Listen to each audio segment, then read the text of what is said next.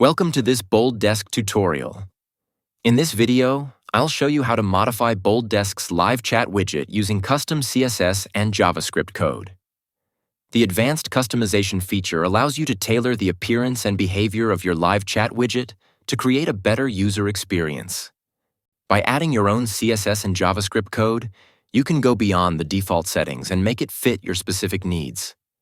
To get started, log in to the BoldDesk agent portal as an administrator and navigate to the Admin Center. Then go to the Chat module and select Live Chat under the Channel section to open the list of available live chat widgets. From here, you can create a new widget or edit an existing one.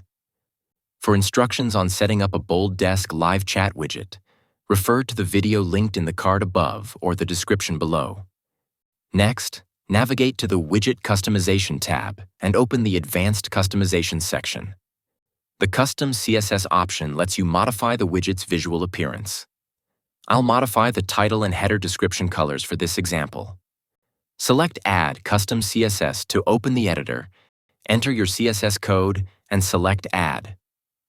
The updated styles will be automatically reflected in the widget. Here, you can see the title and header description with a different color. You can edit or delete existing styles at any time. With custom JavaScript code, you can control the behavior and functionality of the live chat widget too.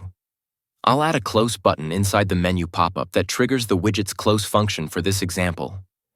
Click Add Custom JS to open the editor, enter your JavaScript code, and select Add to apply the changes.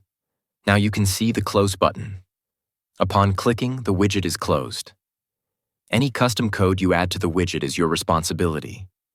So please exercise caution when making modifications, as they may affect the customer experience.